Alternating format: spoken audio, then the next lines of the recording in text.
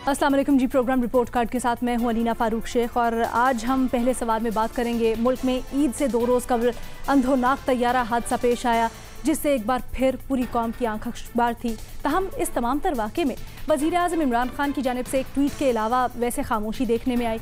इमरान खान ना तो जाए हादसा का उन्होंने दौरा किया, ना ही अस्पतालों में मरीज़ों की अयादत की, ना ही लवाहिकीन से ताज़ियत की। ऐसे में अपोजिशन ने वज़ीर आज़म को खूब तनकीद का निशाना बनाया है। मुस्लिम लीग नून की तर्जुमान मरियम औरंगज़ेब कहती हैं कि मुल्क में इतना कुछ हुआ लेकिन वज़ीर आज़म इमरान खान लापता हैं। हुकूमत का फोकस सिर्फ अपोजिशन है। जबकि मुआविन खुसूसी बराए सियासी अबलाग डॉक्टर शहबाज गिल ने मरियम औरंगज़ेब के बयान पर रद्द-ए-अमल देते हुए ये कहा कि मरियम औरंगज़ेब इश्तिहार ज़रूर दें पर मुल्क से फ़रार अपनी क़यादत का दें, अपने कायद, उनके बेटे, भतीजे और दामाद का दें जो मुल्क से लापता हैं, उनकी गुमशुदगी का इश्तिहार दें। शहजाद अकबर ने भी प्रेस कॉन्फ्रेंस की आज और उन्होंने कहा जी शुगर रिपोर्ट से मुतल्लिक नए इंकशाफात मंजर आम पर आए हैं। मज़ीद कहा कि शाहिद खाकान अब्बासी ने ख़ुद को लायक आज़म तस्वुर कर रखा है। वो ECC की सरबराही करते रहे हैं। शाहिद खाकान अब्बासी ने 20 अरब रुपए की सब्सिडी दी। सियासी सूरत हाल पर हुकूमत और अपोजिशन की बयानबाजी अपनी जगह है। तहम इतने बड़े सानहे के मौके पर वज़ीर आज़म की लाताल्लुकी ने बहुत से सवालात को जन्म दिया है। ऐसे में हमारा अपने एनालिस्ट से सवाल कुछ यूँ है कि शहजाद अकबर और शहबाज गिल के बयानात एक तरफ, मरियम औरंगज़ेब कहती हैं कि मुल्क में इतना कुछ हुआ, वज़ीर आज़म लापता हैं और हुकूमत का फोकस अपोजिशन है, तो किसका मौक़िफ़ दुरुस्त है? ओपन ऑप्शन है हमारे पैनलिस्ट के पास। पैनल पर हमारे साथ आज मौजूद हैं हसन निसार साहब, हफीज़ुल्लाह नियाज़ी साहब, महमूद सरफराज साहिबा, मुनीब फारूक साहब, इरशाद भट्टी साहब और मज़हर अब्बास साहब भी हमें ज्वाइन कर रहे हैं। हसन निसार साहब, क्या लगता है आपको? अगर एहतियात को डरना कहते हैं तो शहबाज गुल का मौक़िफ़ जो है वो अंदाज़ा दुरुस्त है। अच्छा, रह गई मरियम औरंगज़ेब, तो मेरा ख्याल है कि हाजिर सर्विस वज़ीर आज़म तो फिर कहीं ना कहीं रड़कता है। साबिक़ वज़ीर आज़म ख़ानदान समेत लापता हैं। तो बाकी शहजाद अकबर साहब को चाहिए कि प्रोफेशनल आदमी हैं, प्रोफेशनल्स की तरह बिहेव करें और इस तरह की बयानबाजी जो रवायती किस्म के सियासतदान हैं उनके लिए छोड़ दें, ये उनकी ज़ात के लिए बेहतर होगा। ठीक है, बस जी, ठीक है। भट्टी साहब, ऑपोजिशन शिकवा कर रही है कि वज़ीर आज़म कहाँ इतना बड़ा सानहा हो गया लेकिन वज़ीर आज़म ने एक ट्वीट के अलावा कुछ नहीं किया। सब दुरुस्त हैं जी, सारे के सारे दुरुस्त हैं और सब के सब लापता हैं। शाहिद खाकान अब्बासी साहब भी दुरुस्त हैं जो कल शहजाद अकबर साहब के बारे में फरमा रहे थे कि जिसको इसकी माँ भी नहीं पहचानती वो special adviser to prime minister बना बैठा है और वज़ीर आज़म हाउस में सब घटिया लोग बैठे हुए हैं। ये ज़ुबान है साबिक़ वज़ीर आज़म की, माँ भी नहीं पहचानती। एक माँ पर हज़ारों शाहिद खाकान अब्बासी, एक माँ के कदमों की खाक पर हज़ारों शाहिद खाकान अब्बासी कुर्बान। नवाज शरीफ एक नशा है वाली मैडम मरियम औरंगज़ेब भी दुरुस्त हैं। सफ़र बटा सिफ़र वाले कारकर्दगी वाले शहजाद अकबर साहब भी दुरुस्त हैं। सब दुरुस्त है। बल्कि जब मुझे ये याद आता है कि जैसी कौम वैसे हुक्मरान, तो इस कौम को भी शामिल कर लें। ये कौम भी दुरुस्त है, कमाल कौम है। ईद पर ऐसे कपड़ों की दुकानों पर थी जैसे पत्ते बांध कर गुजारा कर रही थी। लाहौर नहर में ऐसी इतनी तादाद में यूं आ रही थी जैसे पहली दफ़ा नहर देखी हो और पहली दफ़ा पानी देखा हो। बाज़ारों, मार्केटों, सड़कों, पार्कों में यूं थे कि जैसे कोई तैयारा हादसा नहीं हुआ, कोई कोरोना वबा नहीं आई, जैसे ये दुनिया ख़त्म होने वाली है। क्या नाम है उसका, वो तुर्की ड्रामे का मैडम स्पीकर अर्तुगरल, क्या नाम है उसका?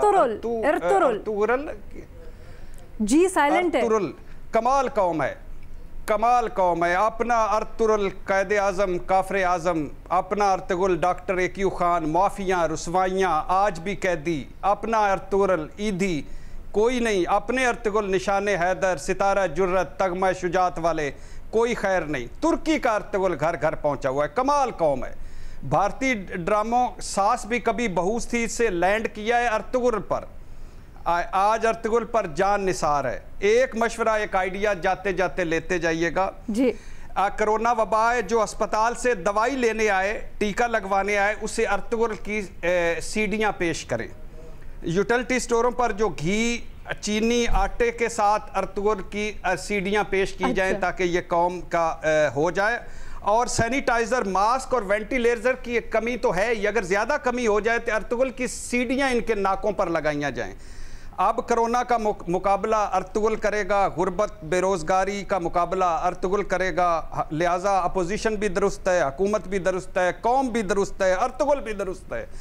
हाँ बस कोरोना गलत है जो भूले भटके से इस मुल्क में आ गया है, या जो अब आकर कंफ्यूज बैठा हुआ है कि क्या करूं, क्या तो किसको लगूं और किसको ना छोड़ूं, वैसे किसको चुनूं, सवाल किसको सीरियस है, लेकिन आपने अतरुल की लक टुनू। सवाल सीरियस है, आपने अतरुल का जिक्र छेड़ा है तो आपको इतना बता दूं, सीढ़ियों पे नहीं पूरा आने वाला। आप अगर उसके 5 सीजन्स की किस्तों की तादाद देख लेना तो आप वैसे ही देखेंगे नहीं। महमल, हम बात तो कर रहे हैं, शिकवा कर रहे हैं कि वज़ीर आज़म इमरान खान को आना चाहिए था, लेकिन वज़ीर हवाबाजी आए तो ठीक है, अगर नहीं आए वज़ीर आज़म तो कोई मसला नहीं है, वज़ीर हवाबाजी उनकी कंपनसेशन तक।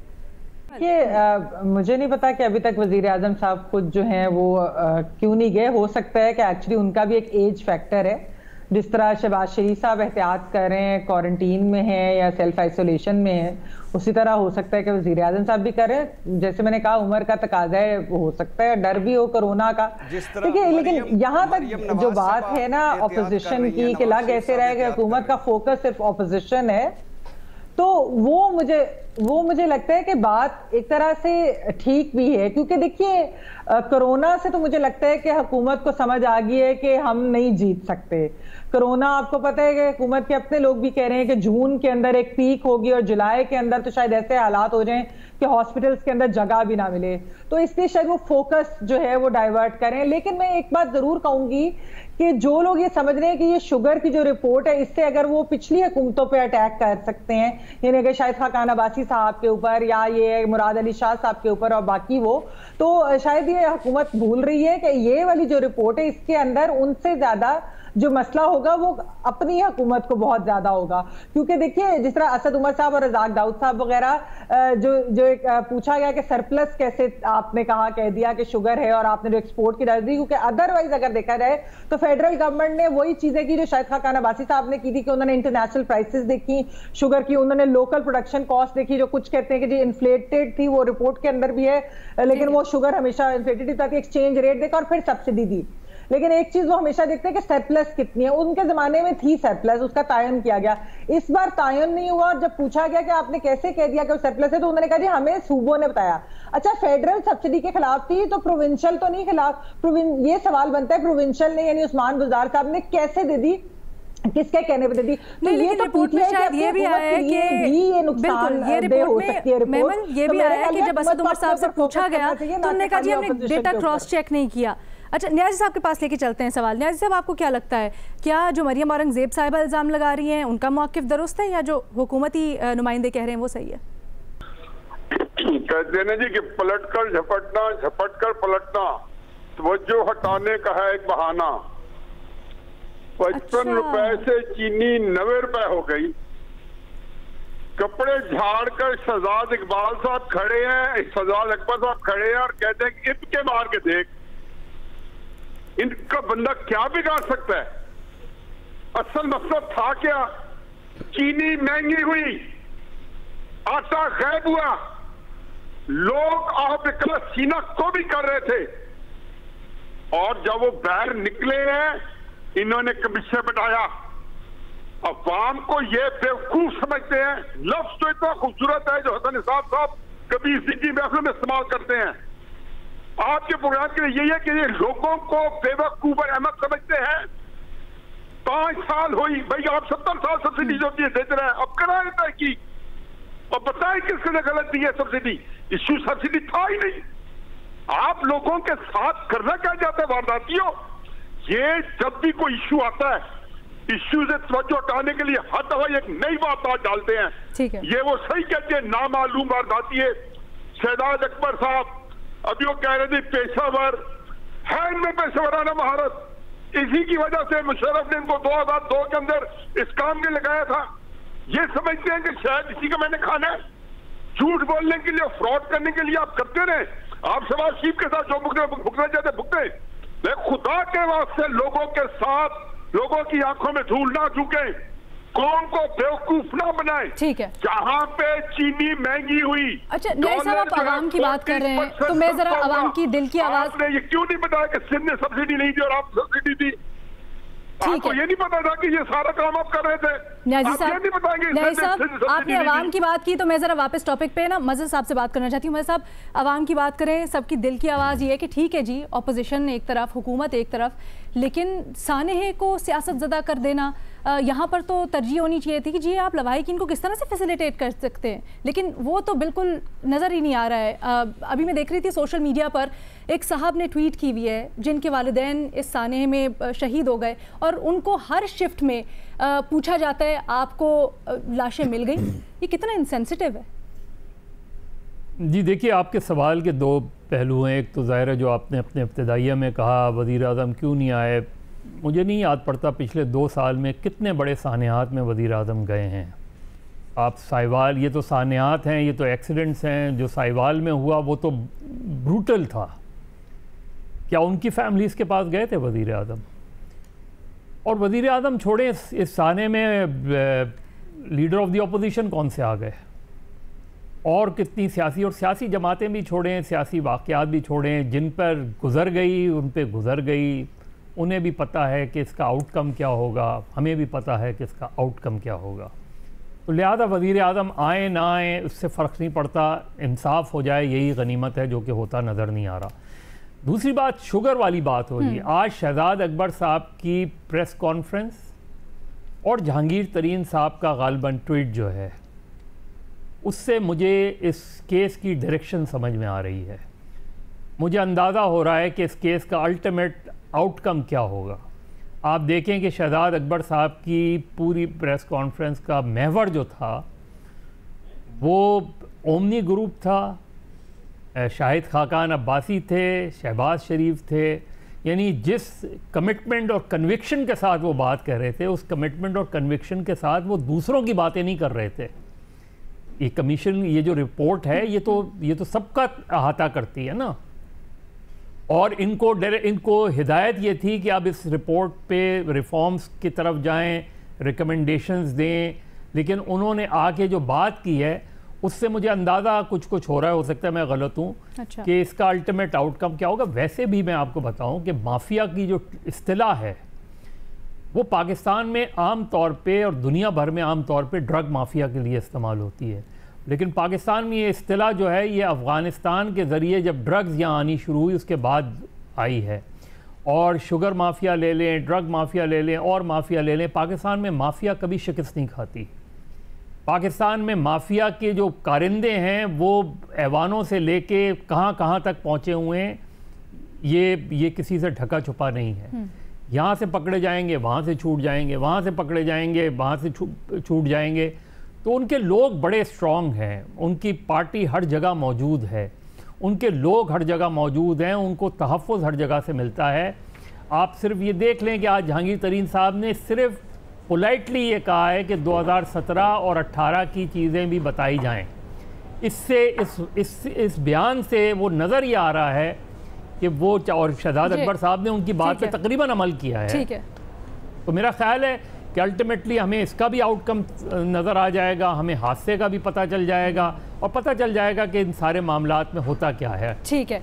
मुनीब, आपसे जानना चाहेंगे जो शुगर वाला मामला है उस पर मज़हर अब्बास साहब कहते हैं जो आज शहजाद अकबर साहब ने प्रेस कॉन्फ्रेंस की है और जहांगीर तरीन की ट्वीट, उससे लग रहा है कि उनको लग रहा है कि क्या हुकूमत की अब आगे स्ट्रैटेजी होने वाली है, कुछ उसका इंदिया मिल रहा है। क्या आपको भी ऐसे ही लगता है? और तैयारा हादसे से मुतल्लिक जो हमारा दूसरा नुक्ता है, मरियम औरंगज़ेब कहती हैं कि जी हुकूमत का फोकस है सिर्फ अपोजिशन पर। जो तैयारा हादसा हुआ है, सानेहा हुआ है, उस पर वज़ीर आज़म आए नहीं कराची, उन्होंने ताज़ियत नहीं की लवाहिकीन से।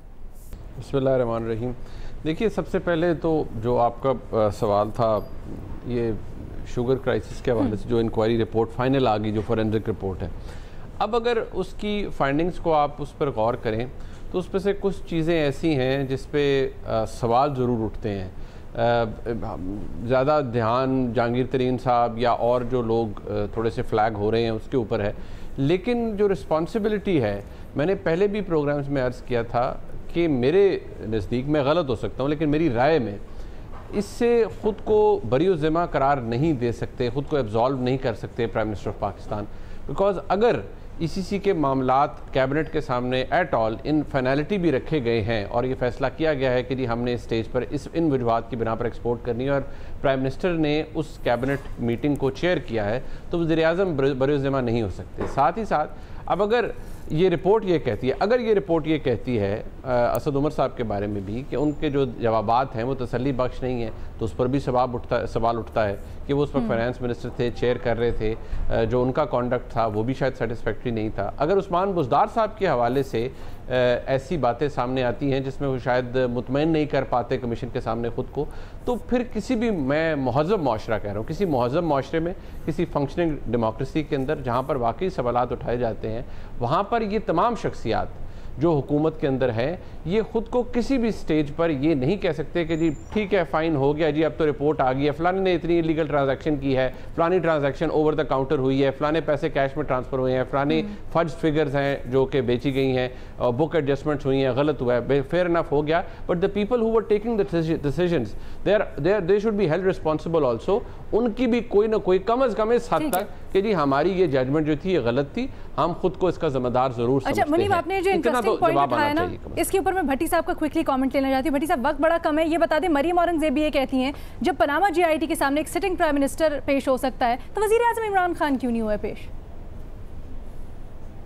देखिए, वज़ीर-ए-आज़म इमरान खान की कोई शुगर मिल नहीं निकली, वज़ीर-ए-आज़म इमरान खान के अकाउंट में कोई पैसे नहीं गए, मंजूरी उन्होंने दी थी, कोई झूठ नहीं बोले, वज़ीर-ए-आज़म फाइनल अथॉरिटी एग्जीक्यूटिव की थी भट्टी साहब। ECC और काबीना, ECC ये ECC और काबीना का मैं कह रहा हूँ कि इन दोनों को मिनट्स शुगर कमीशन को मंगवाने चाहिए, नंबर 1। रिपोर्ट में मिनट्स का भी जिक्र है। 100% ठीक है कि ये नंबर 2 ये 100% ठीक है कि असद उमर साहब नंबर 1, जहांगीर तरीन साहब 2, बुज़दार साहब 3, रज़ाक दाऊद साहब 4, ये मुबैना तौर पर इसमें इन्वॉल्व हैं। जो उन्होंने कहा है कि जस्टिफाई नहीं कर पाए ये असद उमर साहब, रज़ाक दाऊद साहब और आप मेरा सवाल का एक्सपोर्ट और सवाल का जवाब भी नहीं दे पाए। लेकिन वज़ीर-ए-आज़म का मैं नहीं मानता, वज़ीर-ए-आज़म और काबीना अगर कोई मंजूरी चीज़ की देती है तो वो कानून उसके बारे में क्या कहता है, ये कोई अदालत में चला जाए, अगर वो मुजरम है तो उनको पेश किया जाए।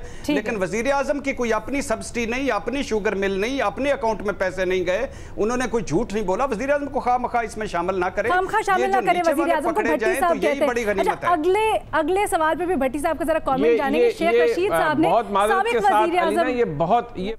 साबिक वज़ीर-ए-आज़म नवाज शरीफ से मुतल्लिक शेख रशीद साहब ने कुछ इंकशाफात किए, वो भी जानेंगे एक ब्रेक के बाद।